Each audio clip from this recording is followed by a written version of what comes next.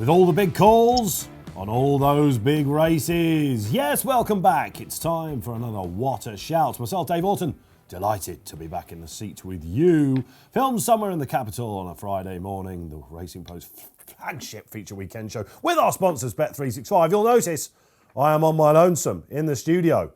For whatever reason, it's that type of season, isn't it, out there? But we've still got the great panellists out there for you. I'm delighted to say, doing us an absolute lemon this week, Bruce Millington makes his venture back into the What a Shout studios from home.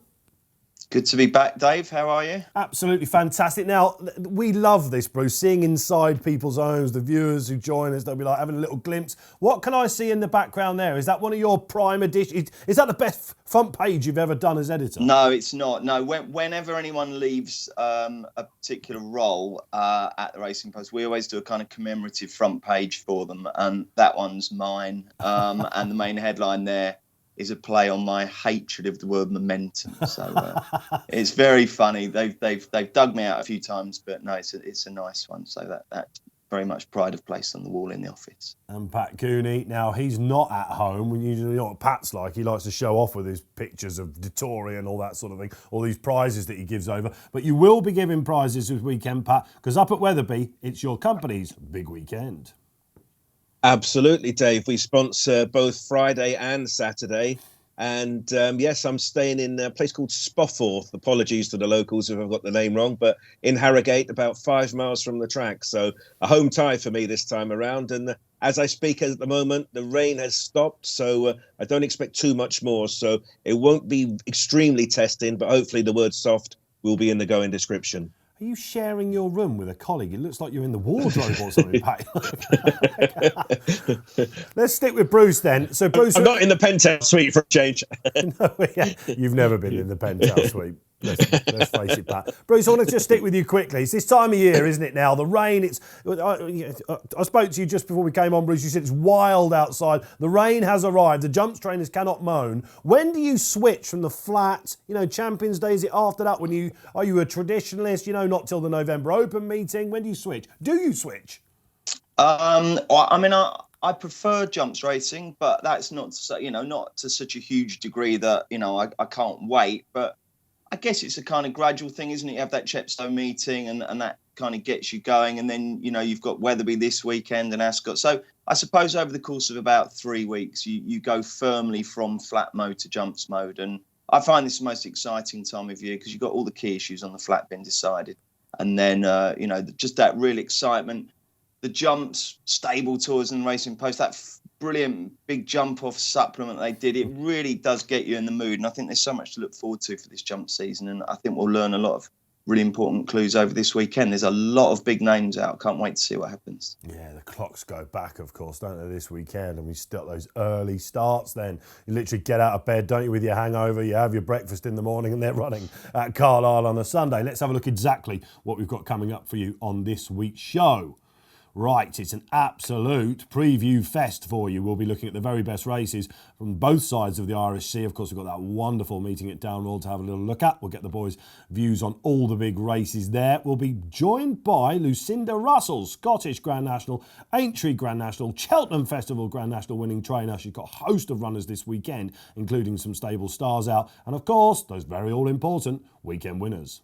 Absolutely thrilled to say then, the First Lady of Scottish Racing, and indeed probably Aintree, Lucinda Russell joins us back on the show. I say that, Lucinda, with real excitement because this isn't your first trip into the What a Shout studios, of course. It's not at all. I remember coming in just before the Scottish National, telling you how extremely well Mighty Thunder was, and everyone laughing and saying, yeah. Anyway, for once I was right. No one laughed, Lucinda. So she's got unbeaten naps here in the studio, something that I can tell you the rest of us can only dream about. It's great to have you joining us. Thanks so much, Lucinda. You're not obviously at your base. You're at Wetherby. We're filming on Friday morning. Of course, Ahoyson, you're finally making his eagerly awaited stable debut. Tricky to talk about him. We don't want to jinx anything like that. People will be watching on Friday and Saturday, hopefully. Fingers crossed he passes with flying colours, and we can talk to you later on in the season about him. I don't imagine he's the stable star, though, is he?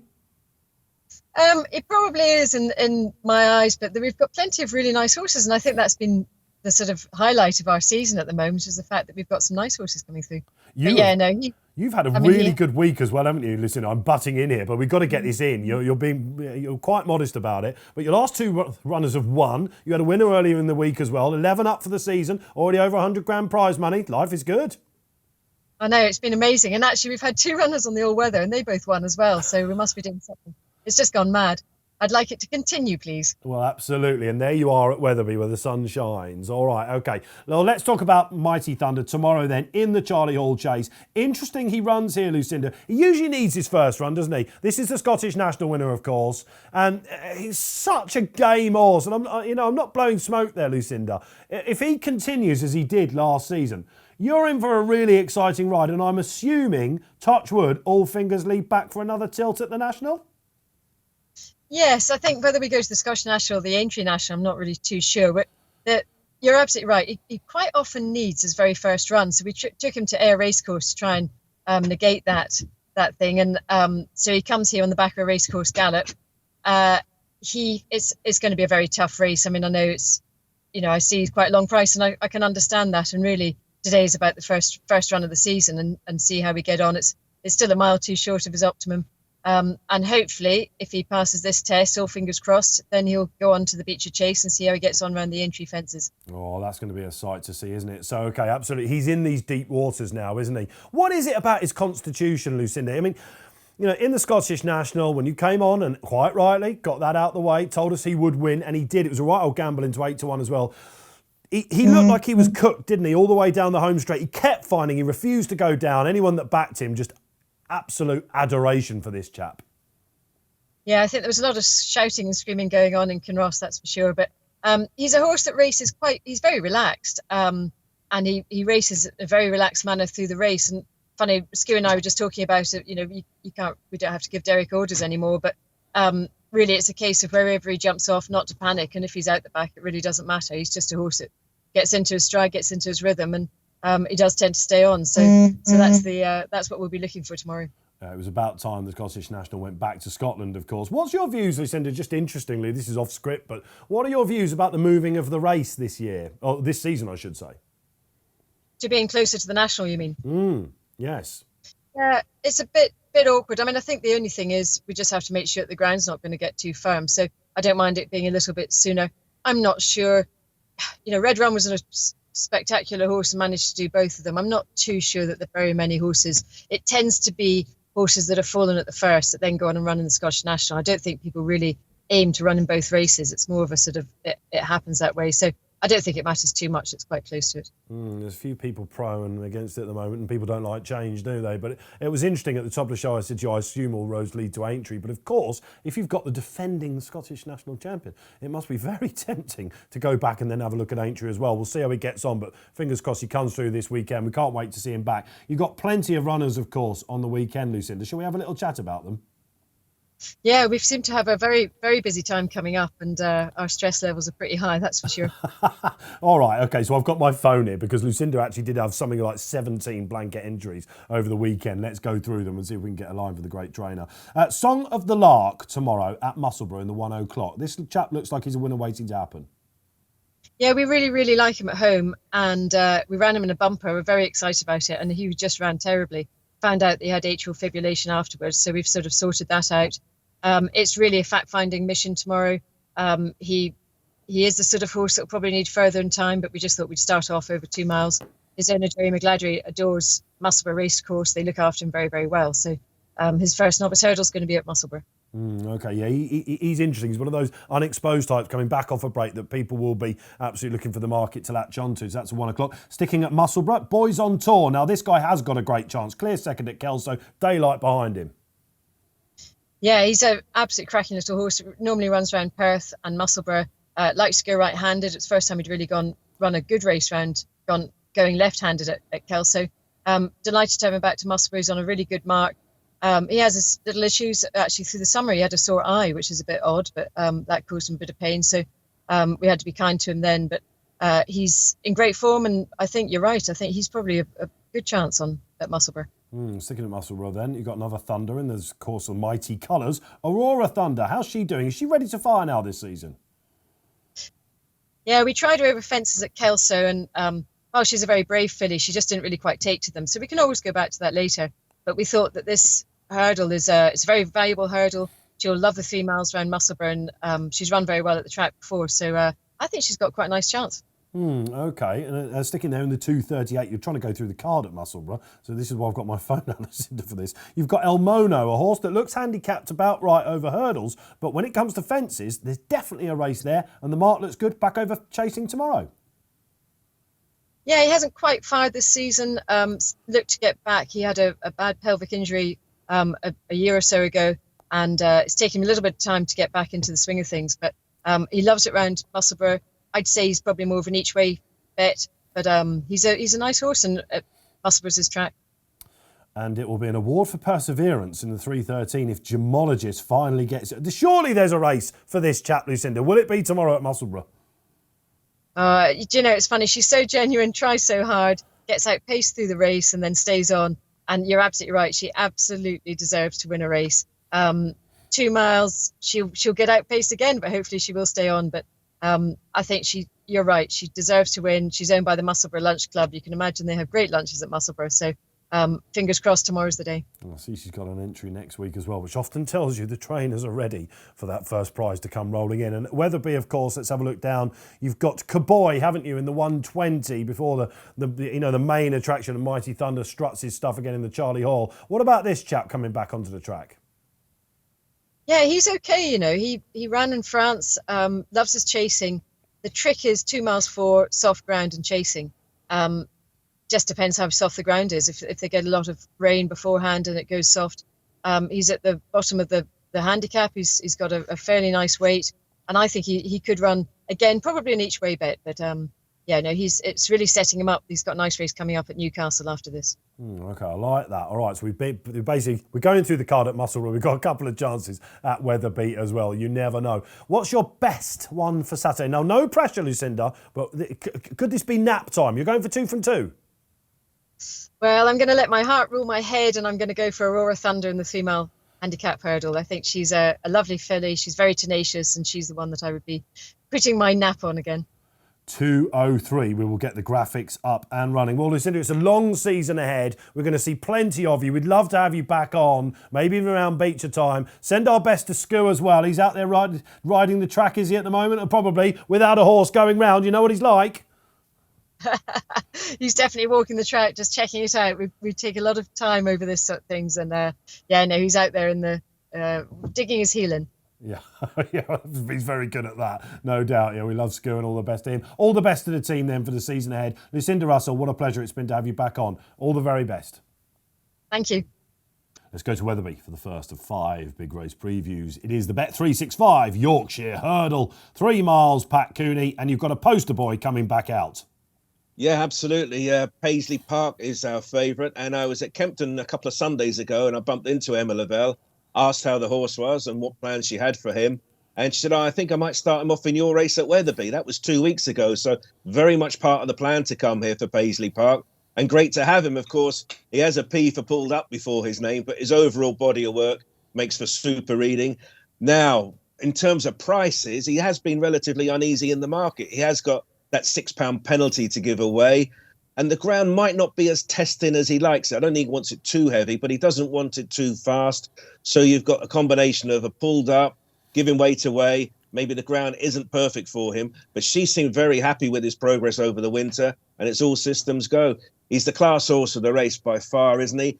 And it's one of those things, I think, fellas, where the prices dictate opinions. At the start of the week, he was about a 6-4 chance, and I thought, that looks short enough to me.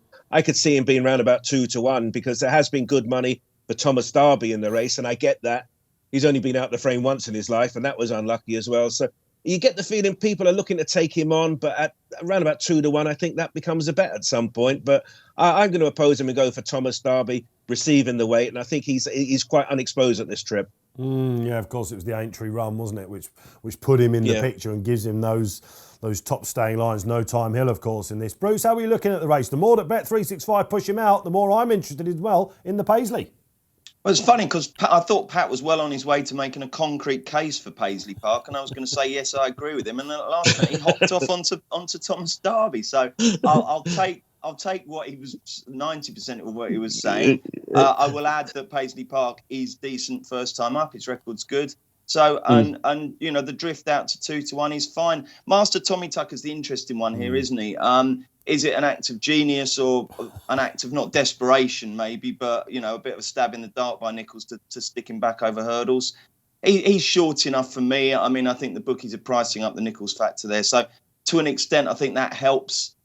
Plus the money for Thomas Darby helps to explain why Paisley Park's out to 2-1. That price will do for me. Yeah, listen, I'll make you absolutely right. Pat's a pro at these, Bruce. He sort of gives 2 tips thinly veiled there, doesn't he? He sort of checks his record at the end of the week and lets us know. Indefatigable is quite interesting as well. Mares, as we know, Roxana, etc., have a great record on these. Master Tommy Tucker is interesting. He's just caught in no man's land a little bit over fences. He's on a brilliant over fences, but when he comes into top grade 1 company, so where does he go? We'll find out. It's a fascinating race. Emma Lavelle, all the best. Friend of the show. Paisley can pull it off.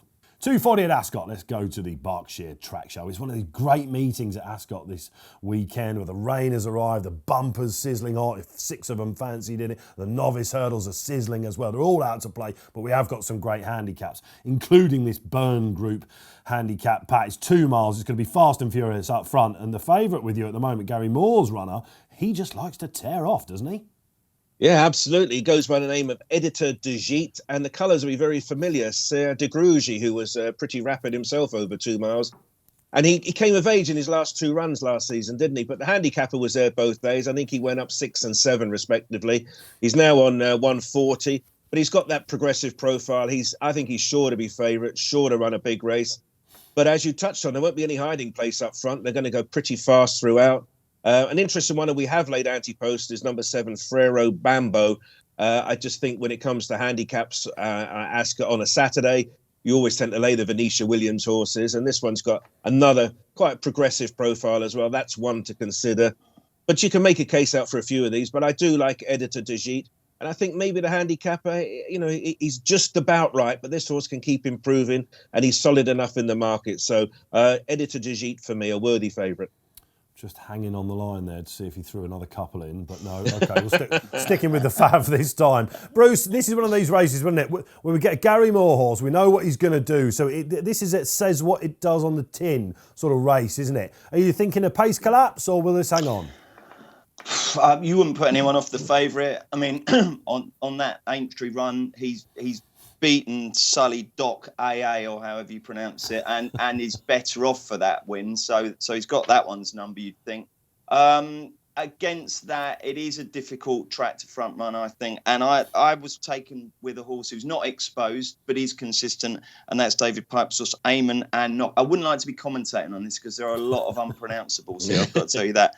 But this horse, Amon and Knock, is just consistent. He's not brilliant first time up, but at 12-1, round about that, with a bit of each way, hopefully there might be some extra places knocking around. Might be able to nick a few quid if he makes the first 4. I'm going to go for him. We need to get Pipey back on the show to tell us about that one, because that is one of those pronunciations where you can't even trust a commentator, I think, isn't it? You got one for Rosie in there of Kim Bailey's. I think Pat might have just mentioned the winner, that Pharaoh Bamboo. Have I even got that right? Let me just check my phone. I'm doing a no, that was right. Pharaoh Bamboo. I had a good look at that one as well, Dave. But then I think, as Pat touched upon there, that Venetia factor, like they're in danger of getting overbet, some of these things, I think. You know, you're never going to find a value Venetia, are you? Because everyone is so respectful, and rightly so. She's a brilliant trainer. But I just thought you might get a bit more value out of a kind of a more exposed, unsexy type of profile in the pipe horse. Yeah, you need to take a chance on him. When he won at Sandown, Frero, I'll call him that, I think he went out massive spike in running on the exchanges, you know, at the final fence, and then somehow came back into it. You worry with him that he'll be absolutely cherry ripe first time. But he's been dropped £2 for that Aintree run, where he was, you know, taken out of the comfort zone by the Fav. I'll make you right, Bruce, this is much tougher to make all here. He'll do for me. And Venetia, she's already off the mark for the season. Let's go across the Irish Sea, shall we? 250 at Down Royal, a small but select field. And this has been won, Bruce, isn't it? This Champion Chase, Elaborate's Champion Chase, used to be called the J&Y. And you remember, Looks Like Trouble used to win the Gold Cup, make his reappearance. All the greats that have gone over there. Florida Pearl has taken it out. A small but select field. We've got Frodon going over. Nicholls likes to target this meeting. Can Frodon possibly beat the reigning Gold Cup winning champ, Nella Indo? It'll be tough, won't it? I mean, Frodon is the horse that keeps surprising you and keeps proving you wrong and making you look a mug. But, I mean, you know, on Gold Cup form, he's got a lot to find. I just think Manila Indo is decent first time up. Henry de Bromhead in his stable tour didn't give any kind of negative vibes off about the horse needing the run or anything. So he's short. I mean, he's around about 8 to 11, I think. And, to that end, you're not probably going to empty your entire betting bank on him. But he was really good at Cheltenham. I mean, just the way he powered over the line, he looks like he's probably got more to come. Galvin's obviously interesting. He's a funny horse, Galvin. 5 wins, 6 defeats, and then 6 wins. Massively progressive. But this is a proper step up in class. So I've got a feeling he might be a little bit short. I could, if you wanted to spice it up rather than just have a straight win bet, I might go Manila to beat Frodon in a forecast. Yeah, the tactics of this race are interesting. I'll just stick with you, Bruce, before we go and check out the market with Pat and what he thinks will win. Raven Hill is in here for Gordon Elliott, who's not really got much right to be running on ratings. Are you thinking that they're going to try and spoil the Frodon party, or am I being too cynical with that? Yeah, I don't know. I mean, it's possible that he's got 3 out of 5, Gordon. So, he may try something. But, I just think Brian will get out there and bowl out in front. And I think it would be, pretty silly to try and take him on. I think Frodon's he's not going to get spooked by that. He knows what he's doing. He's a true pro. It's just a question of how long he can hold out for. It would be lovely to think that he's leading over the last, because then we've got a really exciting race, and that may well be the case. But I just think the Fav might just have a bit too much for him in the end. And Delta Works in there, of course, with Jack Kennedy on. Loads was said about the jockeys, wasn't there, in this race? It's almost like the de Bromhead PR camp needed to speak to the Elliott PR camp, because it came out straight away and said, well, Jack's going to ride our horse, and Michael O'Leary's come back out, Pat as well, hasn't he, of course? So he's got a great record on Delta Work. Delta Work, we know, tends to sort of need it in this race. He certainly did last year. Remember, Keel's banging on about that in the studio last year, and it was borne out after I tipped him stupidly. I'm not going for this year, so cute, probably a career best. I'm looking at Frodon as the value. Yeah, he may be valued, but when the entries came through, we got the final decks. I thought, I could see us all taking on this Manila Indo. But the more you think about it, he's got £8 in hand on Frodon, 16 in hand on Galvin. I did think he doesn't jump that well, but then he won a Gold Cup at Cheltenham, so you can't really throw that one at him. Frodon bowling along in the lead, Galvin proven fitness. I just think they'll be there coming to the last, but Manila Indo class will out. You can think that he won't be 100% first time out. Maybe he won't need to be. I suppose he'll win Manila Indo, but he does carry a bit of a red flag for me at his odds-on price. I'd be inclined to let the race go. Yeah, OK, so he looks a little bit short to my eyes as well. It's 250, it's Down Royal, it's the Champion Chase. Wherever you are, you cannot miss this. Set your alarms. 3:05, it's one of the jewels in the jump racing calendar. Let's go up to Wetherby again. It's the Bet365 Charlie Hall Chase. Pat, I guess you're delighted that last year's winner Surname returns. What are we going to get with him? You were at the track last year going up to your fanboy, of course, Paul Nicholls, patting him on the back. I remember it, coming up with quotes for everything. He told us this was going to be the next thing again. It just didn't work out afterwards for him. Do we need to kitch him best fresh? Will he go odds on? I don't think he'll go odds on. I mean, he comes with a bit of a government health warning, really, doesn't he? I mean, if I said to you, would you be putting him as a banker in your play spot? I think you'd probably say no, not really, because anything's possible with this fella. But I do know Paul was keen to target Surname for the race again. He won his first time out last year when we all opposed him. But he beat Vindication, who's a higher rated horse than anything in Saturday's race. So it's Surname's race to lose. But it fell apart, didn't he? He ran no race at Boxing Day at Kempton. Then he disappointed again at Ascot. You just don't know what you're going to get. And I see for that reason, people will go against him. And there are some new kids on the block he's got to face first time. Shan Blue, Fusa Raffles. They've bits to find on the form book. But I think you just look at the official ratings and go, look, I get it, right? If Surname turns up and runs to his A game, the show's over. If he doesn't, anything's possible in this race. I think Shan Blue is a possible alternative, being a Skelton team horse. He's going to be ready to roll. He won at the meeting a year ago. I'd love Surname to win. I'd love Paisley Park to win his race earlier. But there's no guarantees in this game. I on balance, should say he's unposable. But I keep coming back to that thing. Prices dictate opinion. You can happily lay him at 6 to 5, 11 to 10 now. What if he went 2 to 1? Would that float your boat? Well, he was a big drifter. Set back the Canada 12 months ago, Bruce. He went off a ridiculously big price. He skipped through the race. We all had egg on our faces. I need some help here, Bruce. This is a headache race for me. We've spoken to a couple of trainers. I'll go on about Kitty's Light in a minute. But where are we going with this?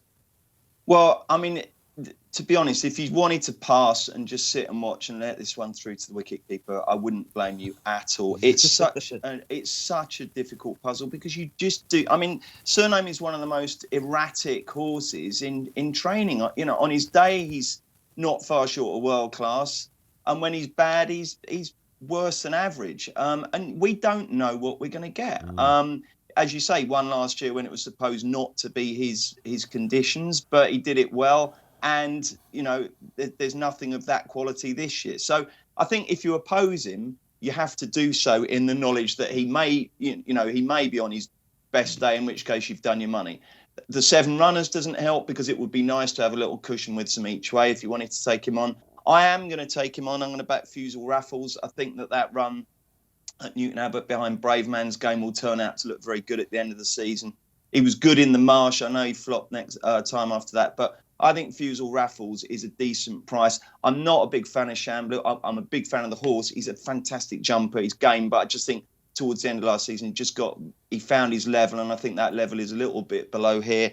I could give Clondor Castle a chance because he's very consistent. And again, if the favourite underperforms, he'll be bang there. But I just feel at the prices, I'll probably end up having a small win bet on Fusel Raffles and sit there and, you know, be braced for the good Surname to turn up, in which case I've probably done my money. You absolutely highlighted about how much we're still learning at this stage of the jump season. Absolutely, it's all about safe gambling. You don't have to play in this race. I will be having a small few quid on our old favourite Kitty's Light. I think in this race you've got to be a stout stayer. I know that Surname outspeeded Vindication in it last year. I think they're going to make this a proper test. We've got Mighty Thunder. We've spoken to Lucinda Russell about him. You've got Shambler, as Bruce says, lovely horse, jumps really, really well, but he only got one way of running really, isn't he? And will he be out on his feet jumping 2 out? Probably. Kitties will hit the flat spot.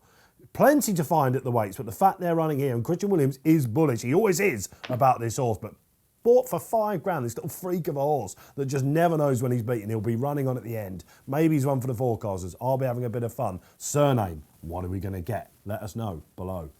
Let's go back to Ascot then for our final big race preview this weekend. It's the 3:20 Bateau London Gold Cup handicap chase, 3 miles, fast and furious. Some classy performers here, Bruce. 2 previous winners of the race. Vindication, he beat Regal Encore, of course, 2 years ago. Regal Encore won it as a 12-year-old last year. Now he's 13-year-old. Can he possibly do it? I don't think so. This is it's not dissimilar to the Charlie Hall in that Vindication at his best turns up and wins, but he's quite short, not as short as Surname, but short enough to get you looking down the list for sure.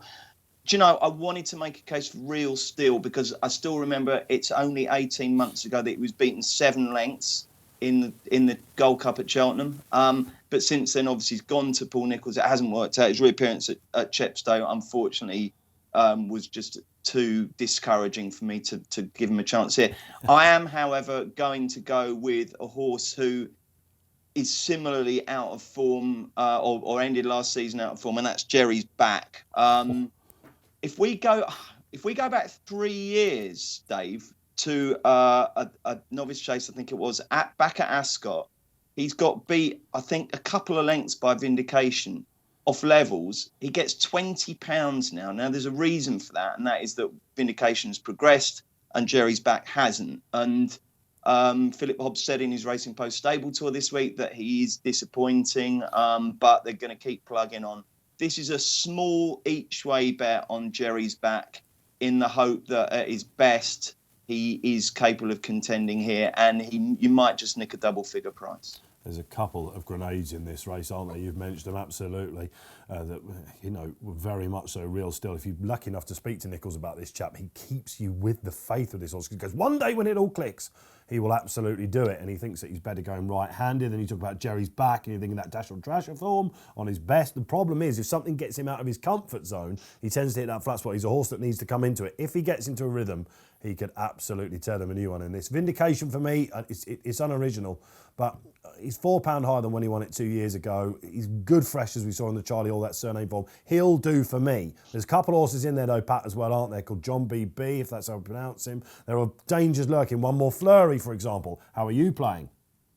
Yeah, those two you just mentioned, John B.B. and One More Flurry, they have been the best backed during the week, Anti-Post. You do look at Vindication. I was pretty surprised he wasn't entered in the Charlie Hall as well, because I'm thinking well, if Surname disappoints, then Vindication. He was 2-1 last year to win the Charlie Hall. He finished second. But you look at Vindication at Ascot, 4 runs, 4 wins. He's off a marker 158, which, it doesn't really do him justice in terms of his level of form.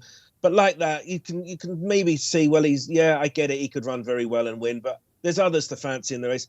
I keep thinking Regal Encore, unlike me to pick one at 13 years young, but, he likes the fresh air at Ascot, doesn't he? He always seems to turn up and run well. But I wouldn't be surprised if this is one of these races where the first 2 or 3 horses that are out of form, bouncing back for whatever reason. I think it's a real tricky race, this one. It's really tricky, but it's also extremely classy. That is the final big race preview we've got for you at Ascot. Enjoy it. So at the weekend nap time then, the bit you've all been scrolling forward to, no doubt, is here. And we've already got one from Lucinda Russell, thankfully, but let's see what the guys have got. If you don't mind, I'm going to take the floor, and I'm going to be a bit filthy. I'm going to go on the flat. It's not over yet. It's going to be nice, heavy ground at Newmarket, and the ridiculously titled race time, 3:33. It's a listed race, I can tell you that. Bay Bridge, Sir Michael's doubt. He's got his ground again. This is a group horse in the making. He can sign off with another win next to his name. Bruce Millington. There's a really good mares race at Wetherby at 155. Bet365 Mares Hurdle. It's a listed race over 2 miles. I was drawn to the race because I was trying to make a case for Marie's Rock, who was so impressive season before last, but she bombed out last 2. There's a rock-solid Skelton here, and we talked about certain stables being a little bit overbet sometimes. I think there's still value in these Skelton horses sometimes, and I think Molly Ollie's Wishes, I've seen 11-4, and I think that will do. I think she's got ratings edge. She was really good last season. I can't think that she won't be anything other than ready to go this time. So I'm going to go Molly Ollie's Wishes in the 155 at Wetherby. In Skelton we trust for Bruce then. Pat Cooney completes the 4-timer. Yeah, I'm off to Musselburgh, the 203, and it's the top weight, Copper Coin. Now, this one won very easily at Uttoxeter last time out in a Class 3, and this is still a Class 3 as well, so I like that angle. Won very easily, went up £9 for the win, but did win by 11 lengths, so still a young, progressive type of horse. Michael Scudamore placing this horse very well. I like the idea of Copper Coin. Ground to be fine. I'm expecting a big run from him. Spread all over the place then. There are your weekend winners. Well, that's all we've got time for then on this week's What a Shout. Bruce, thanks for coming in and joining us. No doubt a busy weekend. Feet up, though, at some stage?